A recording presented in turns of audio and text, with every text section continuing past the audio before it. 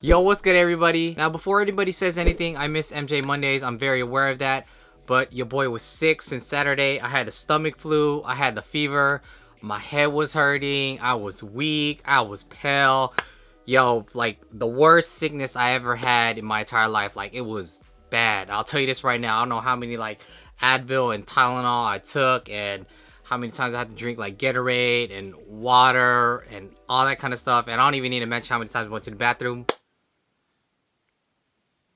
Yeah, man, we don't need to really go into that. So I'm gonna make it up for you guys, and exactly what the title says, I'm basically gonna be presenting my Air Jordan 1 collection, but to switch it up, I'm gonna be focusing on the Air Jordan 1s, the OGs specifically. What made me thought about this is because, you know, I missed Monday, and I gotta kind of make it up to you guys.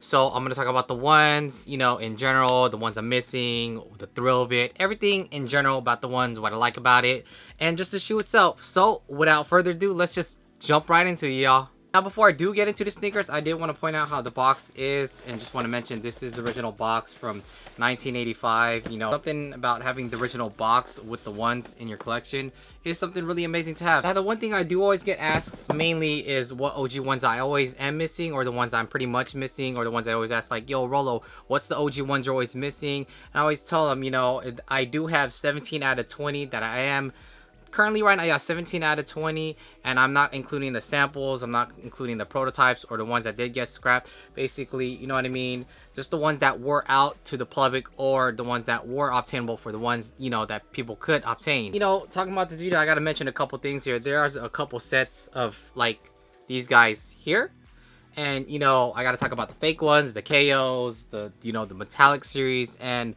the non-metallic series. Each in their own unique different ways, they played like a special part into the OG one. So before I do get into the KOs, I do want to get into these guys right here. The homie MJO23 Dan Marvin. Now, if he is watching this, I know he has the Air Sangs. I know he has that in his collection, but I'm not too sure if he has these. If you guys want, you guys can actually watch that video. I'll put a card right above me and down below in the description. These are none other than basically 1985 fake Chicago ones, and you guys are probably wondering, why do I have these? And to answer that question, you know what I mean, these were something where I guess you could say they're kind of sought after now, because a lot of people didn't want to have them, but you know, some people want to have the Air Sangs, which I don't have. And these guys right here, this one is the Honor Sport, and basically it's very identical to the Chicago ones, except, you know, their logo was this little, I don't even know what you would call this. It's kind of like an F word going this way, you know what I mean? But yeah, it's very symbolical to the Chicago ones. And the leather on this one is, to be honest, it's not even bad. I'll tell you that right now. But this part here, this black part, this is cheap as hell. Like, this feels some pleather type crap. I don't even know what it is, but this feels cheap. And the tongue itself, you know, it's yeah, but otherwise than that, this is just another like collector's item. I really don't see this as too much. And the same thing goes as for this one. The leather, again, it's kind of not bad, you know what I mean? It's way better than what this is on this black upper on the collar part is, you know what I mean? Seeing the two here. This is none other than a Pro Jogs. This right here is really cheap though, I'll tell you that right now. The white part on the uppers is really cheap. And why do I have this? It's just part of collecting, you know what I mean? Having OG fake ones in one collection, you know what I mean? You could say I have fakes in my collection, but this is just a part of the history when the ones itself, when they came out, and why they brought it out, I don't know. Other companies were making their own versions, and this was just a part of it. So I think this is probably like an historical collector item to someone have, and some people might not care, and some people do. So otherwise than that, these are just some fake OG Jordan 1s. And the end of the day, they do have their own story, they do have their own company, and yeah, more information will be on it. You know, I'm really messing up here. MJO23 Dan, we'll talk more about it. Like, I'll put it up on the card like I did stated before. You guys can see that and his whole history rundown for it. Besides these OG fake Jordan 1s, I did want to talk about none other than these KOs. Just hit myself in the face. KO. Now, another reason why I did bring out this pair is because I did want to mention how on the collar it's still intact, while this one is pretty much like gone. They all got that still vintage funk smell, but you know what I mean, these, I just let them be how they are. This is pretty much just an original collector item. You can say these are fakes. You can say they're a part of them. They could say they're pretty real. You know what I mean? Jordan brand. You know what I mean? They still want to keep this a part of it. I don't know. It's something about, you know, 1985, 1984, 1986, that whole era. It's still like, this shoe is an entire mystery. You know what I mean? To have something where you do have like the original of it and some parts of it that's still growing like from the history of it, is just really dope to have. So here's the regular bread black and red colorway, and then you have the Chicago colorway, which is this. And yeah, just another ones I want to point out. So again, that's like part one of like having all these, you know, you have like somewhat of like the fake to the somewhat of the real, which is the AJ Kills and the Honor Sports and Air Sangs and the Pro Jogs, jumping to none other than the more iconic colorway, most iconic sneaker of all time is the ones. And we got the bands, the black and red, the bread. You guys already know this. If you guys are wondering about the retros, I'm probably gonna make that in another video, because I just want to make this strictly about the OGs itself. So the first pair of black and red ones I had were, you know, these breads ones right here. This is my beaded pair. I got this for a super cheap, dumb price. You know what I mean? This is pretty much a beaded pair. And then somewhere along the line, after waiting a couple years, this one shows up. You can see it in the two here. Basically, one is pretty trash, which I use for my beaters and rain shoes. And this one is basically for when I want to wear them out, or a display shoe. What's crazy about this one is that I did get it with an original hand tag. And I'll tell you right now, having something like accessory-wise that's still crispy after 30-something years is just really amazing. So here's the original hand tag. Now, I don't want to go too much details about every single shoe, but I got like 17 plus I got to talk about, and we only just like scratched the surface. And I did want to talk about my all-time favorite. One of the other questions I always do get is, what's my like all-time favorite colorway of the OG ones? Is this right here. Out of all the colorways, the breads, the royals, the shadows, like the metallics, all those, this is my by far my all-time favorite colorway. No matter how many times I retro them, I'm always trying to get that specific year, the 94, the like 2013, the 2016, what, how many times they're gonna retro it in this specific colorway, I'll always get it. I love this shoe colorway specifically. It's just, man, like, I don't know why, like white and red and hit it black, there's something about it. And this shoe specifically is my all-time favorite, and you know, it's the Chicago's. And what I found interesting with all the OG ones, specifically in the red and all the other non-metallics and all that, is this OG black toes, which is like super dumb hard to get. The materials they use on this collar here is different. They didn't use like what you guys can see here. They didn't use this one. They didn't use like the paint. The idea here is like super thin and it just peel off and crack off like these Chicago's here. I don't know what material this is that they use on here, and I wish they did with all the other OGs that's down below here. It's some type of different material. I don't know exactly what that is, but it's not paint at all. It's kind of like a leather mixed into something. Kind of feels like Durabuck. I don't know exactly what it is, but it's not paint for sure, and it's not a leather, but it's a different type of material that they use on these OG black toes. And yeah, that's just pretty much with the OGs of the red set of the non-metallic colorway. Now we talked about the red, now we're gonna talk about the blue. The Kentuckys, I don't know why, but they were probably one of the harder OG ones to get. And when someone asks me what's a difficult non-metallic colorway to get, and I always refer to this one or the OG black toes, and they're telling me, why is that one hard? It's kind of like, you know, a simple plain colorway. And I'm like, I don't know, it's just a hard colorway to get. But having this obtained, you know, not the greatest condition that you guys can see. I don't know, with some plastic crap on the soles here. The retros, I don't have them. The Storm Blues, or whatever their nickname, or the color code, I don't have them. If someone has a 9, let your boy know. I wouldn't mind buying it. But yeah, here's the original pair of it. And here's the original pair of the UNCs, or the sky blue Jordan 1s, or whatever you really want to call them. But yeah, the UNC ones. I don't know what it is, but this blue really stands out a lot from the original one. You can really tell by the collar how it's super faded, and the soles itself has like that greenish. This is like rock solid, ain't even like leather anymore. But yeah, the original UNC ones. Probably some other people's favorites, the OG Royal ones. This Royal Blue is vibrant. I'll tell you, it's probably as vibrant as like the satin ones if I were to compare to it, but this is just really really like, it stands out, especially with this swoosh here.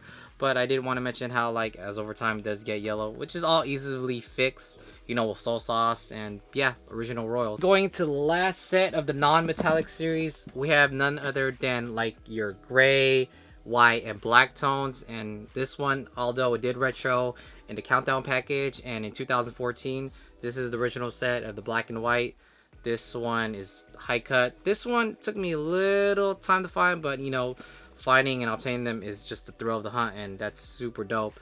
And this is just original black and white 85-1. You know, you got your shadows here, and very interesting on the shadows, this letter does age, so it does have like a tint of yellow to it, or it's a different type of shade of yellow. And I don't know if you guys can see it in the video. Did want to mention how I guess this is a different type of leather that they did use on the uppers. You can see it like a different tone of gray compared to the back heel portion here, and then you have the leather swoosh. Again, they did a different type of material on these two here compared to this, because if you look at the front toe cap right here, that's two different types of, I guess, leather or whatever they use. But yeah, two different types of leather they use on these OG shadows. And so you have these as like your black and white and your gray. But I did want to mention how this guy here, I don't know, this one specifically, the all white, the neutral gray, this one is a very, you could say it's a unique type of one, because the reason why I did want to point that out is besides it did have like this like grip tape swoosh. You guys can see it there, and well, here it's that grip tape material. And out of all my OG ones, this is by far the cleanest one. I mean, I know you guys do notice like this yellow midsole, which is like super easy to fix with soul sauce. By far my cleanest pair. The uppers on the collar, there's like really no cracking. I mean, there are like tiny marks here and there, but everything on this shoe is specifically like super flawless, and I really got this for like a really good price. In the comments, a lot of you guys did mention how this was one retro OG one, like you guys want this to retro, and you know, it's a very simple, clean colorway. This shoe has never been retro. It's just one colorway that I know a lot of comments did mention. In my previous Air Jordan 1 collection of the 53 original one, you guys did mention how this one you guys did always wanted to retro. So I guess it's just how clean and simple it looks. I guess it's people because they like it because it's different here. I don't know, everybody has their own specific reasons, but this is just probably my cleanest OG pair of ones. Now we jumping into the last set, and like I stated before, we were jumping into different kinds of set. So first I did mention how we had like the fake and somewhat fake, the Pro Jogs, the Air Sangs, the Honor Sports, and then the KOs, and then I jumped into pretty much, you know, the non-metallic series.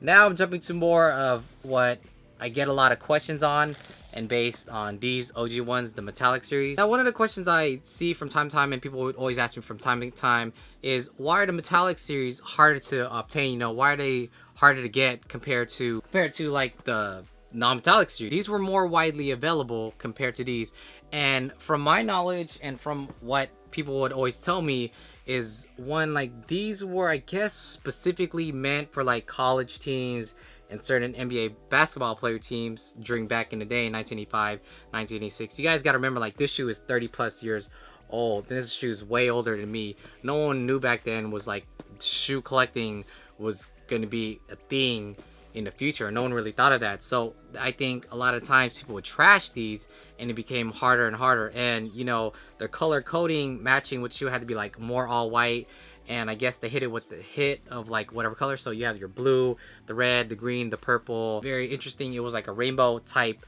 like what they did. I'm pretty sure if they continued the ones back then and they didn't really start like the 2, 3, I'm pretty sure they would have had a lot more colors in the metallic colorway, because I'm very sure that was something that they were trying to do within the era of the OG one. So that's just my thought on why these metallic series are so harder to get and why they're more trashed up, because I think they were less widely available. I guess they weren't as attractive. I don't know. I don't know what the consumer was. I don't know what the target audience was when they're trying to make these metallic series. All I know, it was harder to get, less production made. I don't know. First metallic series of colorway I got were these guys here. This was pretty much really easy to get. And speaking of the blue, this one right here, the metallic blue lows, is probably one of the harder ones to obtain in any kind of condition you could possibly get. I mean, although you guys see like this super ill drag and all the holes that you guys see on the sole here, and the condition is really trash. It's just something really dope to have in my collection, in my that I obtain. You know what I mean? It's something super dope to have to complete the set. This one's a metallic red. Nothing really much to say to it, just like an alternative colorway to the blue pair. People do get it mixed up with the orange, which I don't have. The two colorways that I don't have, which is the metallic orange and maroon or burgundy. Those are like just hard to get. If whoever has it in whatever size, I'll buy it. Whatever your asking price, I'll pay it. Those are the only two that I'm really missing from the metallic series. But yeah, metallic red. This one's probably one of my more other favorite ones. The metallic green. This one really stands out a lot. Super sick green colorway. It's just something about this green that makes it stand out a lot, and it's just a super dope colorway. Before getting to this one, I did want to talk about how this one is none other than my holy grails. This is the metallic purple, the one that I believe is probably the top 5 hardest OG Jordan 1s to ever get in someone's collection. For those that collect OG 1s, know how difficult this one is and know how rare it is. In my book, this is probably one of the hardest ones to ever obtain. This one isn't in my size. This one isn't even in the greatest condition possible. But to have a metallic purple in your collection is, it's hard. I know how hard it is to get this pair. And I'm not gonna lie to you guys, I paid a pretty penny for it. I didn't get it for cheap. But it's something that I've always wanted about this purple. And like, it stands out so much. Like, this video doesn't do justice. And it's something about this colorway. Some people were referring this as the unicorn, as the hardest one to get, and I kind of agree with them, but I still agree that the orange and maroon and burgundy, those are like really, these guys, those three are the hardest to ever obtain. But metallic purple is my holy grail that I've always wanted to get, and I'm just really happy that I have this in my collection. And jumping to the last one is none other than the metallic black. This one's very interesting because like the sole isn't matching the swoosh or the, you know, the color of the paint of the collars and the Air Jordan logo that you guys see here. It's an offset color. Like, this is gray, but this is a metallic black. What's very interesting besides that is it kind of looks like it does have a hit of like a blue to it, kind of like the metallic blue, but I think it's just personally from the fading and the color over the years. But this one's kind of like a harder one to get because some people say it's like a sample and some people say it's not. This one's a very interesting like color offset, but it's super dope because like metallic black is something that really offsets pretty dope. I think that's really it. I don't really got much to say, but just missing 3 pairs of OG ones. So if anybody has like the metallic orange, maroon, and the white and gray lows from All From 85, hit your boy up. I'm always looking. I don't think no one on YouTube has presented any OG ones like this before. I'm not saying I'm the first one, but if I am the first one, you know, hey, congratulations to me. And I know I did mention how I'm gonna talk about the retro ones, so I'll save that for the next video. And until then, I'll catch you guys at the next MJ Monday video, pick a video, or whenever I post something good for you guys. So until then, hope you guys enjoy this, and it's gonna be good.